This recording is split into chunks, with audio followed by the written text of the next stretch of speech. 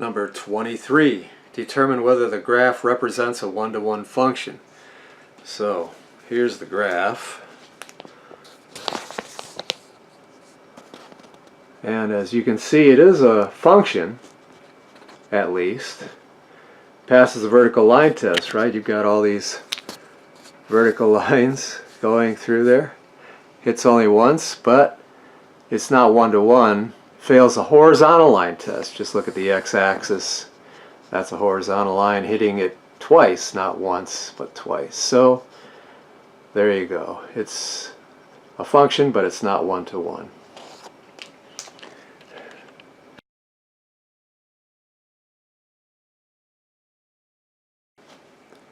Number 25.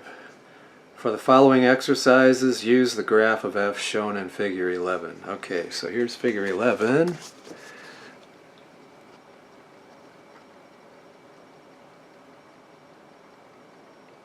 And so it says find f of 0. So let x equal 0. What's f? There's x equals 0. Follow it up till you hit f. There you go. F of 0 equals 3 right there. All right.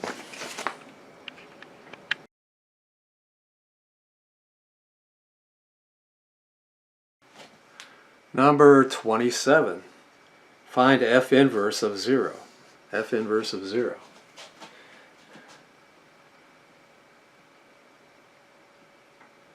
Well, I drew a little picture up here. Now f of x, or rather x, is taken to 0 by the function f.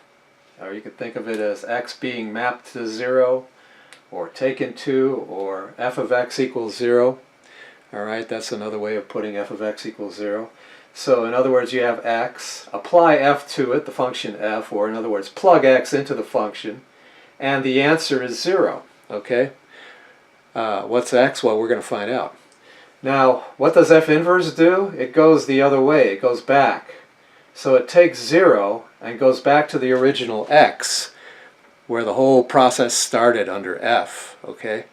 So f inverse of 0. Well, you apply f inverse to 0. In other words, what is the value of x that f operated on to go to 0? Okay, f took x to 0. F inverse takes 0 back to x. Well, if you look at the graph,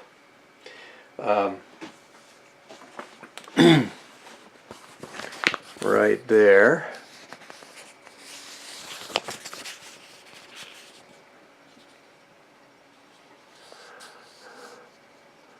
what x goes to 0, f of x equals 0 where? Right here? That's where f of x equals 0. What's x? 2. Alright? F of 2 equals 0, right? So that's x, 2. Okay? So f inverse of 0 equals 2.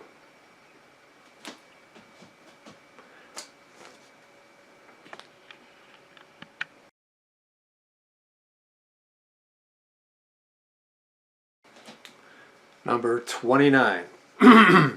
For the following exercises, use the graph of the one-to-one function shown in figure 12. So here's figure 12.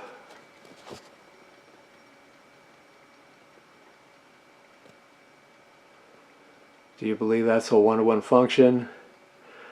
It's a function, it passes a vertical line test, and it's one-to-one, it passes a horizontal line test, so I believe it. Okay. Sketch the graph of f inverse. Alright, what you do is you can pick some representative points on f and interchange the coordinates to plot the inverse. In other words, switch the x and y coordinates. Another way to do this is by drawing the line y equals x, which would be a line going at a 45 degree angle through the origin. Alright, a straight line. And then you would just reflect f across the line y equals x. So that would be a graphical way of doing it.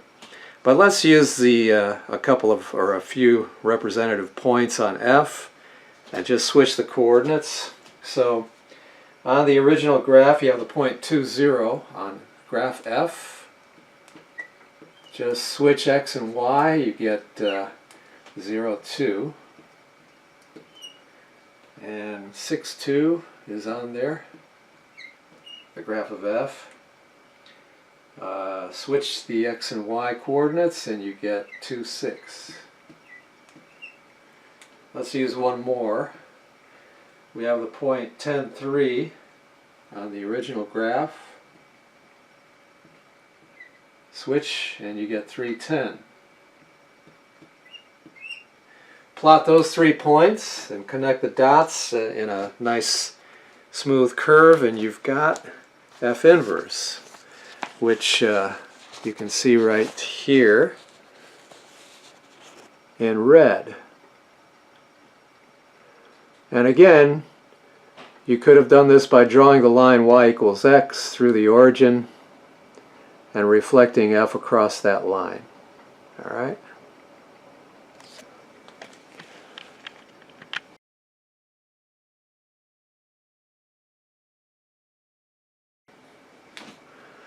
Number 31.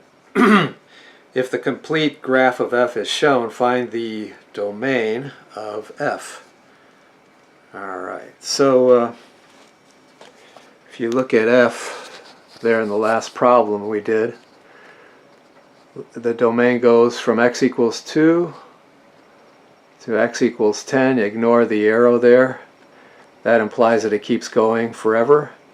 So they said the complete graph is shown, so it's just from 2 to 10.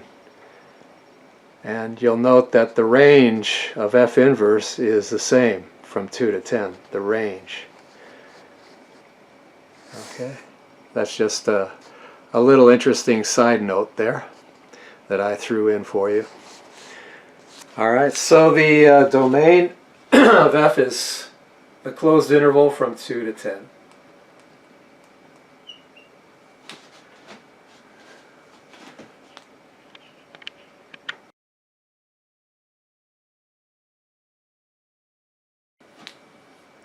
Number 33. For the following exercises, evaluate or solve, assuming that the function f is 1 to 1. So if it is 1 to 1, then it has an inverse function. All right, that's why they had to put that in there. So if f of 6 equals 7, find f inverse of 7. All right, so f of 6 equals 7. In other words, that means that when x equals 6, y equals 7 on graph F, you have the point 6, 7, which is on the graph of F. Alright? So that means that F inverse must have the point 7, 6.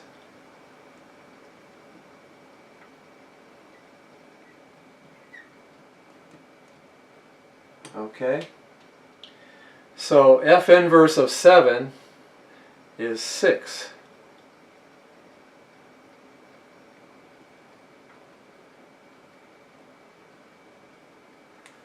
Okay, in other words, F takes 6 and maps it to 7.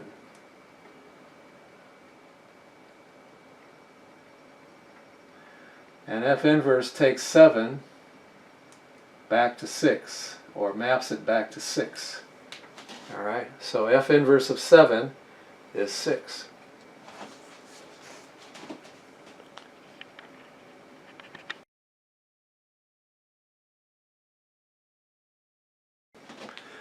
Number 35. If F inverse of negative 4 is negative 8, find F of negative 8. Okay, so if you think of we've got F inverse taking negative 4 back to where it started from, which is negative 8.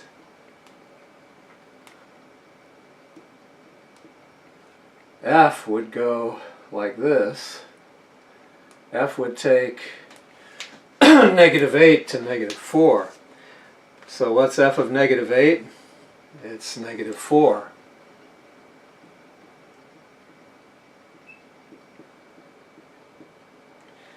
Another way of looking at it is f inverse has the point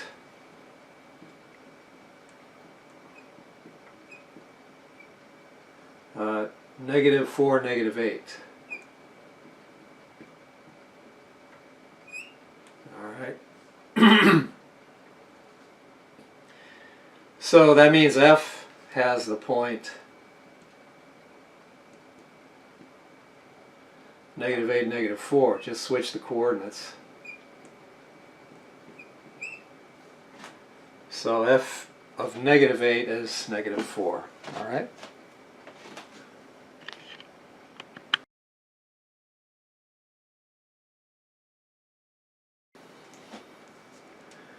Number 37. For the following exercises, use the values listed in Table 6 to evaluate or solve. Here's Table 6.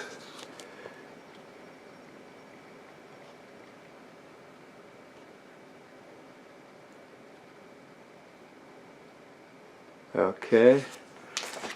So it says find f of 1. So you find x equals 1 on the table. What's f of that underneath? 0. Alright, f of 1 equals 0.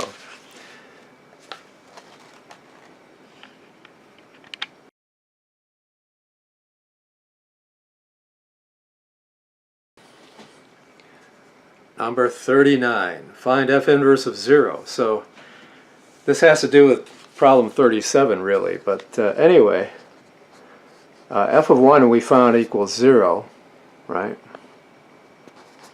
F inverse goes the other way. It takes that value 0, f inverse of 0, and takes it back to the original x, which is 1. Alright, so f inverse of 0 is 1.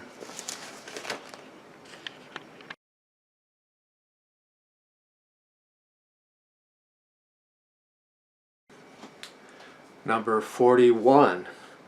Use the tabular representation of f in Table 7 to create a table for f inverse of x. Okay, so here's Table 7.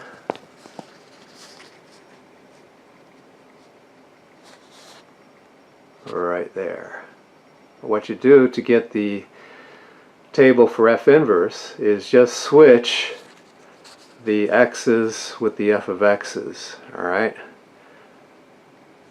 So now for the x row you're going to have 1, 4, 7, 12, 16 on top in the x row, and in the f inverse of x row you're going to have 3, 6, 9, 13, and 14, which is just what you see there in the answer.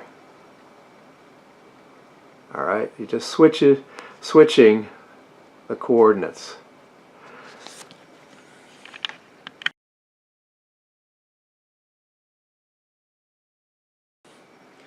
Number 43. Find the inverse function, then graph the function and its inverse. So we have the original function f of x equals x cubed minus 1.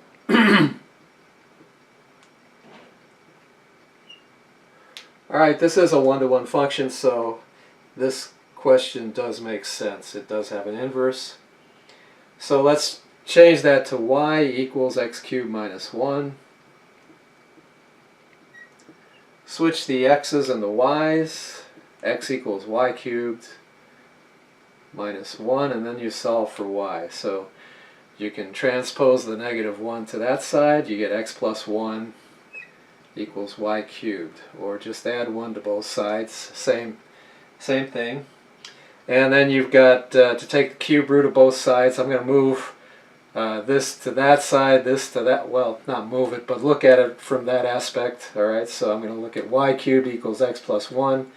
Take the cube root of both sides, you'll get y equals cube root of x plus 1. So, this is the graph of y equals x, the cube root of x shifted to the left 1 unit.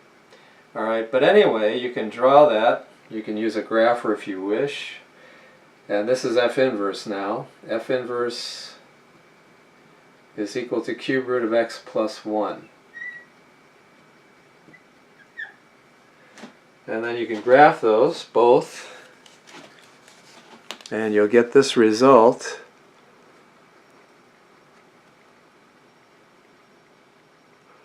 Notice that if you drew the line y equals x through the origin there, they're reflections of each other across that line. Alright? So you can always do that to get the graph of the inverse function. Just draw y equals x and reflect f across that line.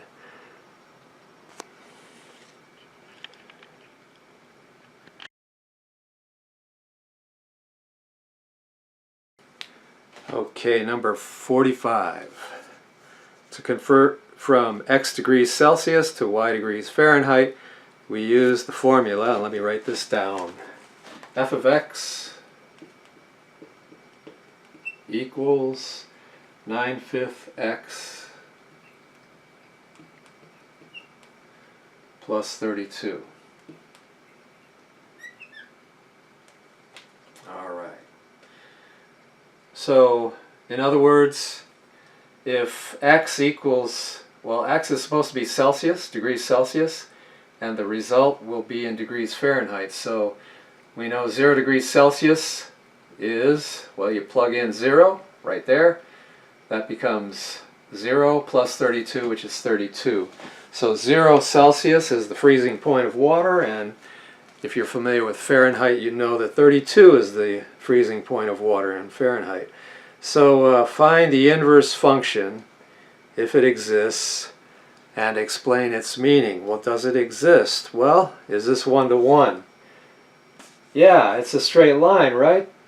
It has a slope of 9/5. This is in slope-intercept form, and a y-intercept of 32.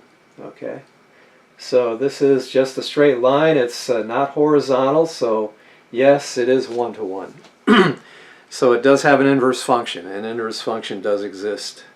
So we're going to write y instead of f of x. To get the inverse function, y equals 9/5 x plus 32. Alright. So switch the variables. X equals 9/5 y plus 32. Solve for y. So we'll subtract 32 from both sides. X minus 32 equals 9/5 y.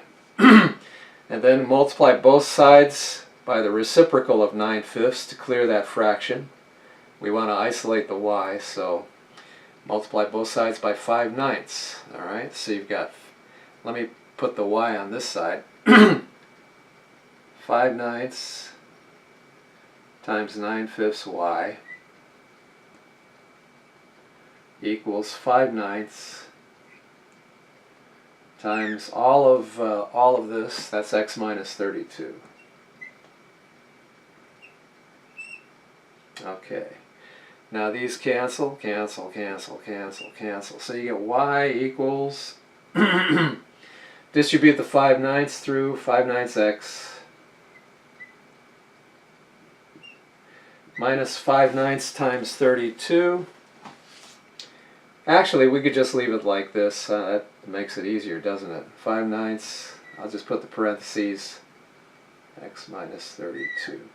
You could distribute it through, and that really will not simplify with the 9 there. There's no canceling going on. So it's kind of an awkward fraction to use, so it's probably better just to leave it undistributed, right? Just leave it outside of the parentheses like that. Okay, so what this does is, this is F inverse.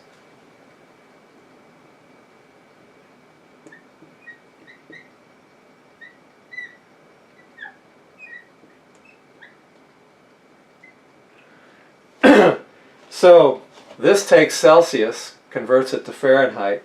This takes Fahrenheit, goes back the other way, converts it to Celsius. All right.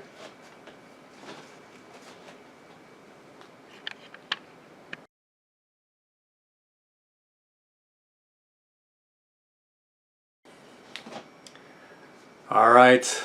May I have a drum roll, please? This is the last question of Chapter 1. And we're about to be out of 1 and into 2 coming up next on this same station. So don't touch that dial. All right. But anyway, a drum roll. Here we go. The last one.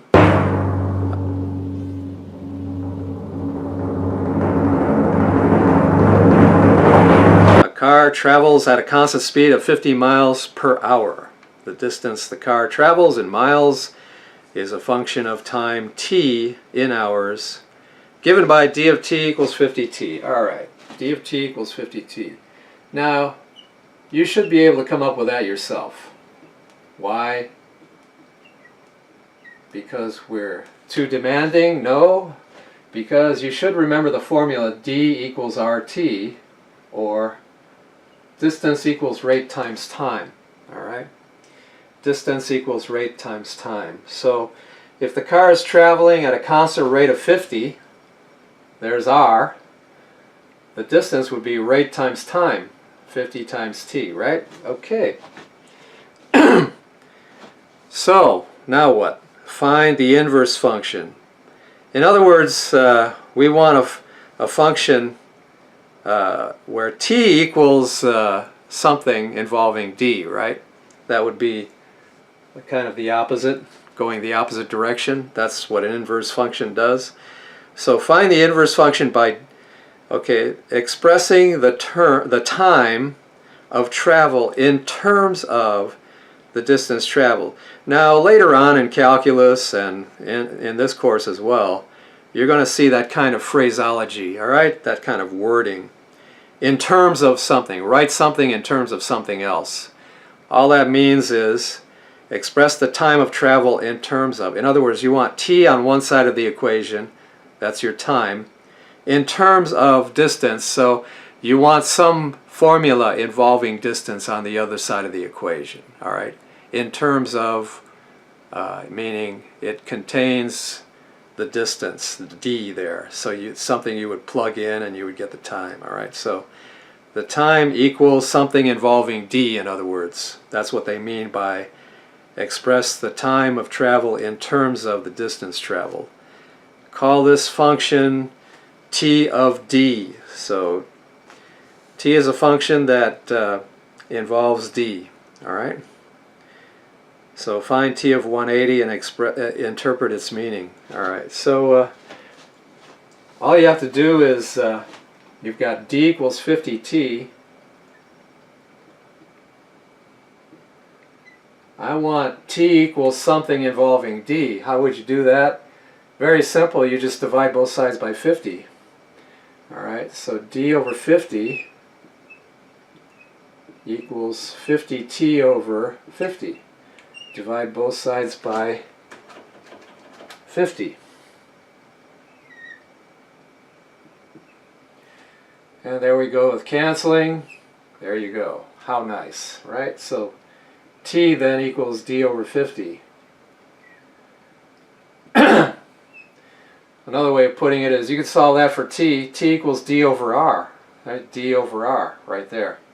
Okay, you could just do it directly from the general formula for distance and rate and time. Okay, or as somebody I once tutored called it, the dirt formula. Haha, she didn't like doing these. But she worked hard at it anyway. Good for her. Anyway, so we've got our function t of d equals d over 50. That's the inverse function. The inverse of this function. Alright? So then it says find t of 180. Alright? T of 180 and interpret the meaning. Oops. I don't want an equals there.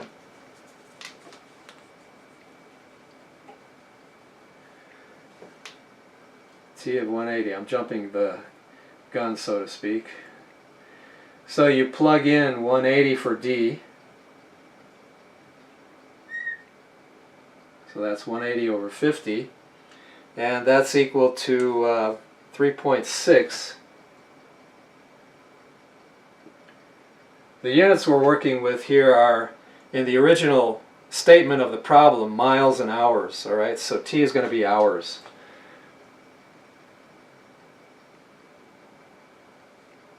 Alright. So what does that say? That tells you the time it takes for the car to travel 180 miles. This is miles, distance. So this will give you the time it takes to travel that far, right? Just a little over 3.5 hours. All right. Well, there you go, guys and people. That's it. That's it. That takes care of chapter 1. All right. So take a break. Get you some of your favorite beverage. Pat yourself on the back, and we will see you next time when we get to chapter 2. Alright, we're getting there. We're getting through the whole book. It's just one day after the next doing these, and soon we'll be there. Alright. Okay, we'll see you later.